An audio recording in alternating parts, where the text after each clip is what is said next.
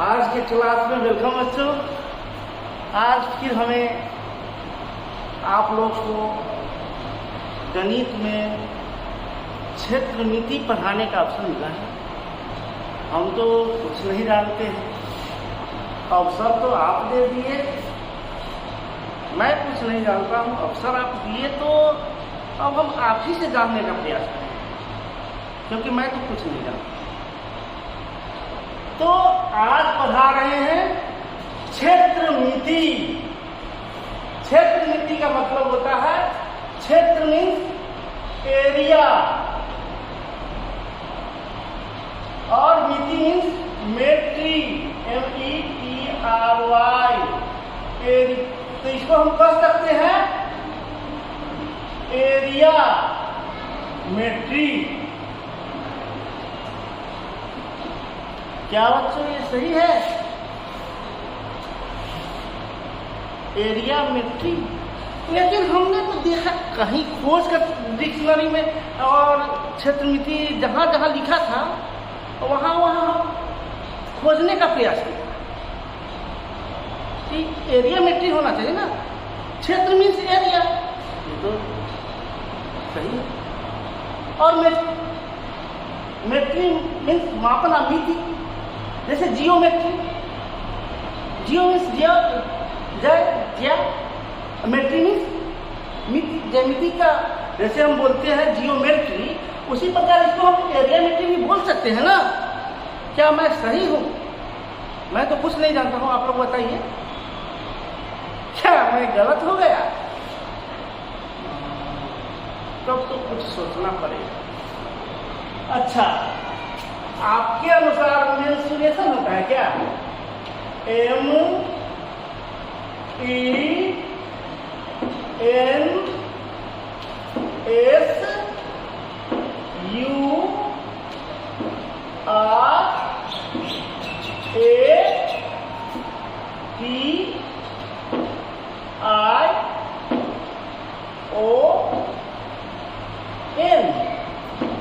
Mensuration.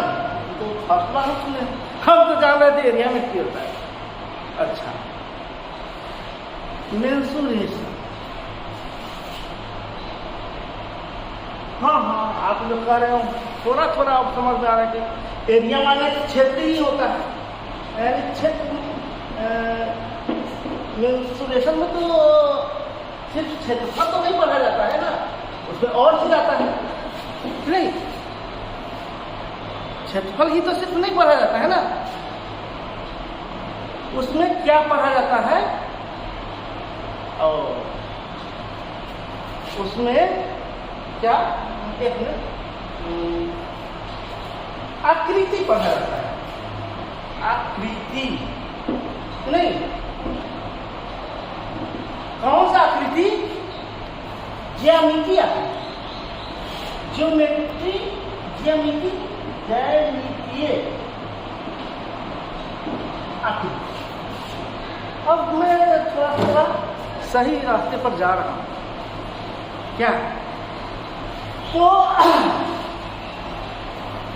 ज्यामितीय आकृति को या क्षेत्रमिति है ना, क्षेत्रमिति में जो लिखना चाहिए ज्योमेट्री शेप, क्षेत्रमिति का यदि सही में परिभाषा हो, यानी कि मेंसुरेशन का मतलब लिखना चाहिए, तो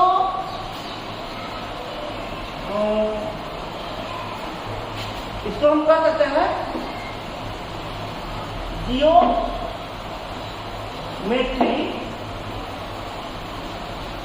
से,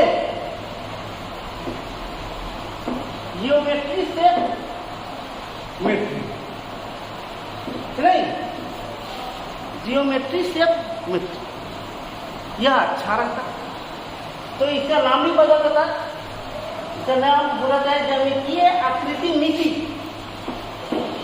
क्षेत्रमिति के बदले में यह, मेरे समझ से यह अच्छा रहता। क्षेत्रमिति जो लिखे हुए हैं, जो भी विद्वान लिखे हो, मेरे समझ से यह अच्छा होगा, ज्यामितीय आकृति मिति, यानी जियोमेट्री शेप मेट्री।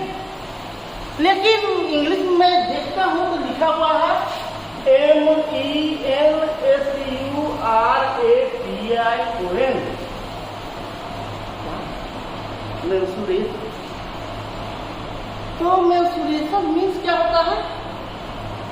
अच्छा,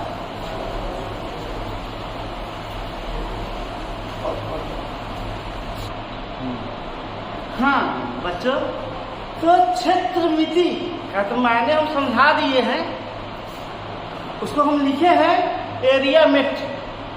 तो एरिया मेट्री तो कहीं आज तक हमने खोजा, क्षेत्रमिति क्षेत्रमिति तो एरिया मेट्री हम हर जगह डिक्शनरी में खोजा, कहीं मिलने नहीं किया। तो हम सोचने लगे कि क्षेत्रमिति क्यों नाम दिया, और इसका इंग्लिश में देता है मेंसुरेशन।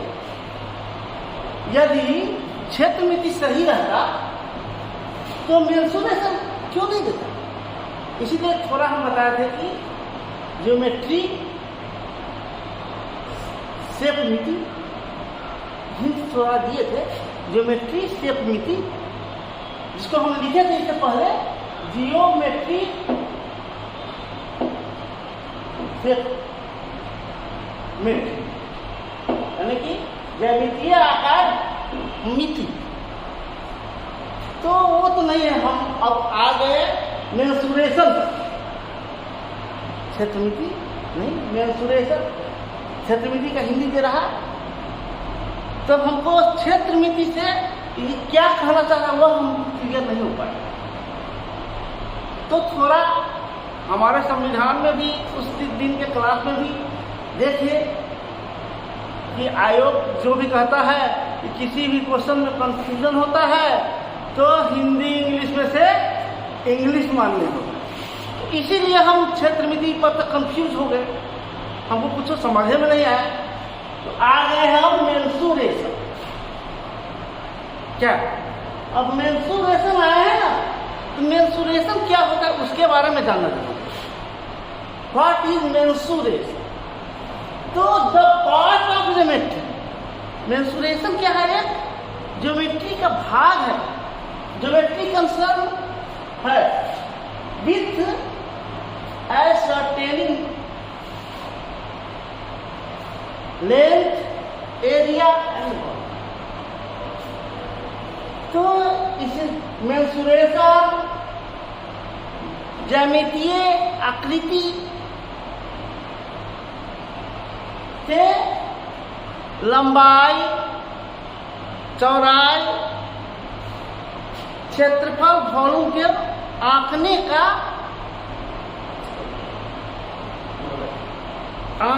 एक शाखा है, गणित की एक शाखा है। क्या है? मेंसुरेशन मैथ्स का एक ऐसा ब्रांच है जिसमें ज्योमेट्रिकल शेप को पता लगाया जाता है। क्या किया जाता है? तो ज्योमेट्रिकल शेप जो भी है उसको पता किस रूप में लगा सकते हैं, पता लगाया जाता है। तो क्या पता लगाया जा सकता है? पता लगाया जाता है उसका लेंथ का, उसके एरिया का और उसके वॉल्यूम। अब आप लोग समझ गए, एकदम क्लियर हो गया। अब हमको समझ में आ गया कि क्षेत्रमिति को मेंसुरेशन क्यों लिखा, एरिया मेट्रिक क्यों नहीं लिखा। अब कंफ्यूजन दूर हुआ। अब चलते हैं कि क्षेत्रमिति, हर प्रतियोगिता परीक्षा में क्षेत्रमिति से 2-4 क्वेश्चन निश्चित रूप से रहते हैं। तो अधिकांश लड़का सब कुछ जानते हुए भी गलत कर लेते हैं। एक हम क्षेत्रमिति का भाग उठाते हैं जिसमें यदि हम 100 क्वेश्चन डालते हैं तब लड़का क्या अपना परफॉर्मेंस करके आता है उसके बारे में हम थोड़ा समझाते हैं। जैसे बहुत से ऐसे लड़का है जिसको पूरा फॉर्मूला याद है। क्या क्या उसने ज्योमेट्री क्षेत्रमिति का जितना भी फॉर्मूला मेंसुरेशन का वो तो रट के गया। अब परीक्षा हॉल में बैठता है तो चलो मैं तो फॉर्मूला रट के आ गया, 100 में 100 बना कर आऊंगा, एक भी गलती नहीं करूंगा। लेकिन परीक्षा हॉल में बैठता है तो क्या होता है, 100 में सिर्फ और सिर्फ 25 सही करके आ जाता है, बाकी उसको 75 गलत हो जाता है।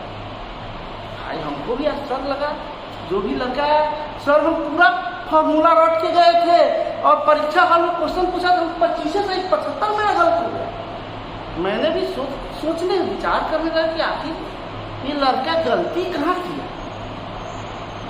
थोड़ा सा सोचने की बात तो जरूर, ये लड़का आखिर गलती कहाँ की। तो उस लड़का से मैंने पूछा, बाबू ठीक है तुम तो फॉर्मूला तो पूरा याद करके गया था, लेकिन वह क्या पूछ रहा था, ज्योमेट्रिकल ऑब्जेक्ट की शेप कैसा था, उसका फिगर कैसा था, तो वो 10 बार दिया। तो हमको समझ आया ओ तुम गलती कहाँ किया है, फिगर नहीं समझ पाया है, इसलिए 25 ही बनाकर आया है क्या। तो फिगर नहीं समझा इसलिए वो 75 में मात्र 25 बना, 100 में मात्र 25 बना कर आ गया, 75 छोड़ कर। अब क्वेश्चन उसका है, हम अपना अगले परीक्षा में बच्चा को कहे फिगर भी रटो फॉर्मूला भी रटो। अब हम तैयार करके जब भेजे, बच्चा जैसे आता है फिर प्रतियोगिता परीक्षा देगा मेरे पास, कहता सर आज तो मैंने जुग जीत लिया, 100 में 100 बना कर आया। वेरी गुड, बहुत अच्छी बात, आज मेरा गुरु दक्षिणा को तो कुछ मिल गया, आप लोग 100 में 100 बना।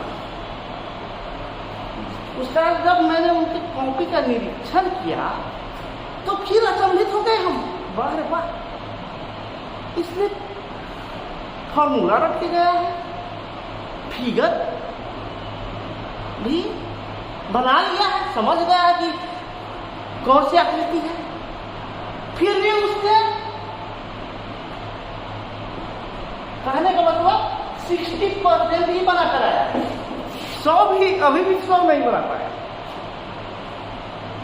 मुझे बहुत आश्चर्य है, यानी उसको फिगर भी याद हो गया, फॉर्मूला भी याद, फिर भी वो जो है 100 का 100 नहीं। फिर मैंने थोड़ा सोच किया कि आखिर ये बच्चा कहाँ गलती कर रहा है। तो मैंने बच्चा से पूछा, अच्छा बाबू इसमें क्या बना है, कौन सा फॉर्मूला लागू किया है। तो हमको बोला क्या, आकृति उस फिगर वो अच्छा बना लिया, फिगर का चतुर्भुज है। इसको कहा है क्या परीक्षा में, इस आकृति के चारों तरफ से रस्सी से घेरना है। आकृति में पूछा था कि इस आकृति के चारों तरफ से रस्सी से घेरना है, लेकिन वो क्या किया, इसमें अप्लाई कर दिया एरिया।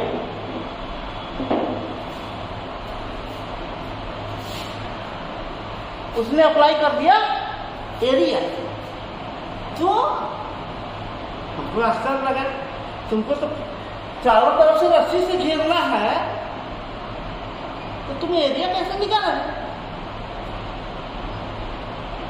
तो रस्सी से घेरना है तो हम तो रस्सी उसमें बिछाए क्या पूरा तो खेत में।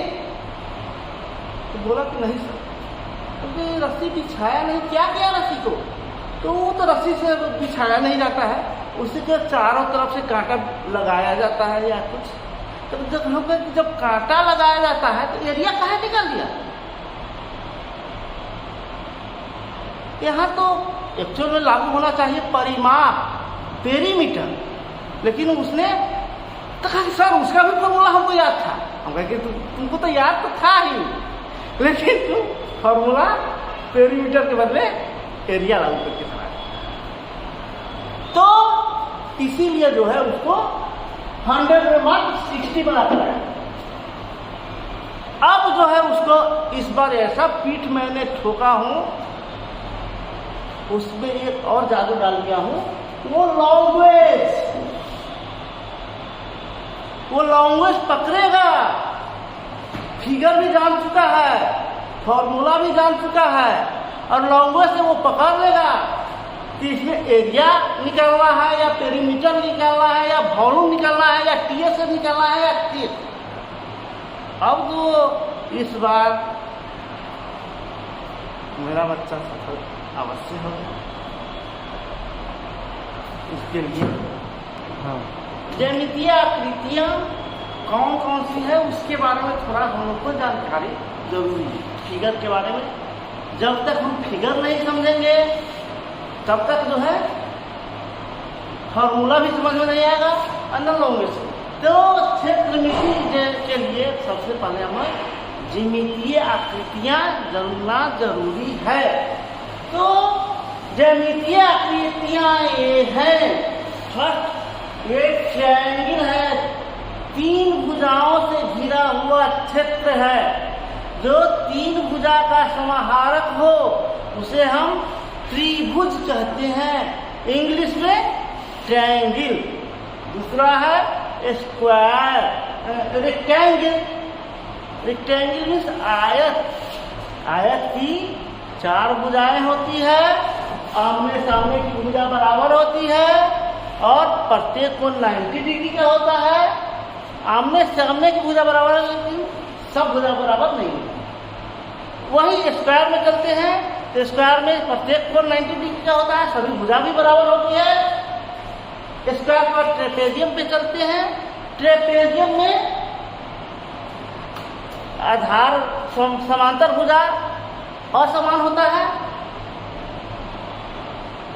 समांतर भुजा असमान होती है। यानी इसको हम ऐसे बोले कि ट्रेपेजियम में 2 त्रिभुज और 1 रेक्टेंगल छुपा होता है। ट्रेपेजियम में 2 त्रिभुज है, यह है यह, और 1 रेक्टेंगल छुपा हुआ है। उसी प्रकार लंबस में क्या है, 4 त्रिभुज छुपा हुआ है, 4 ट्रायंगल है। कौन सा triangle? Right angle, right angle triangle.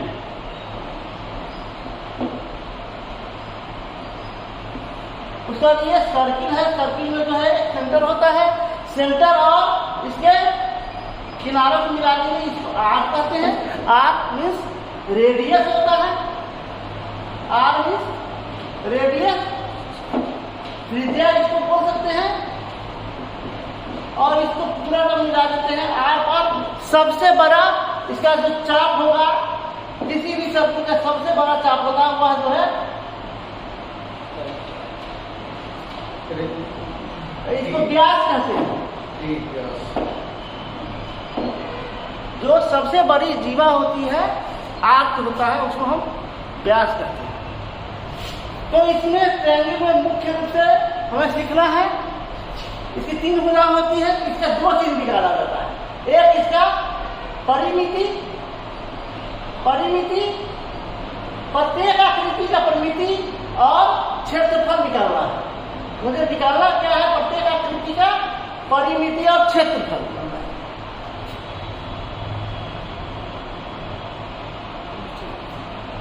परिमिति और क्षेत्रफल। परिमिति कैसे निकालेंगे? कोई भी परिमिति, परि मीन्स बाहर, बाहरी, और मिति मीन्स मापना। यह त्रिभुज है, इसको बाहर से जो नापेंगे वही परिमिति कहलाएगा। परिमिति मीन्स समझ गए ना, परि मीन्स बाहरी, मिति मीन्स मापना।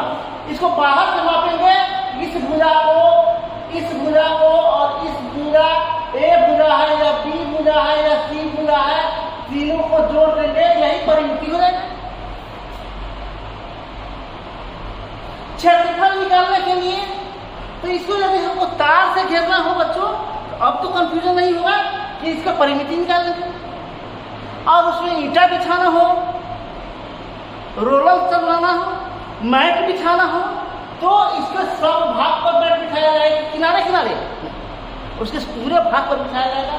तो जब कोई भी ऐसा क्वेश्चन है, इस मैट बिछाना हो, रोलर चलाना हो, तो उस टाइल्स लगाना हो, तो हम उसका एरिया निकालेंगे, कहने का मतलब क्षेत्रफल निकालेंगे। अब कंफ्यूजन दूर होना चाहिए आप लोगों को। तो अधिकांश बच्चे इसी में फंस जाते हैं कि इस आकृति में हमें एरिया निकालना है या परिमिति निकालना है।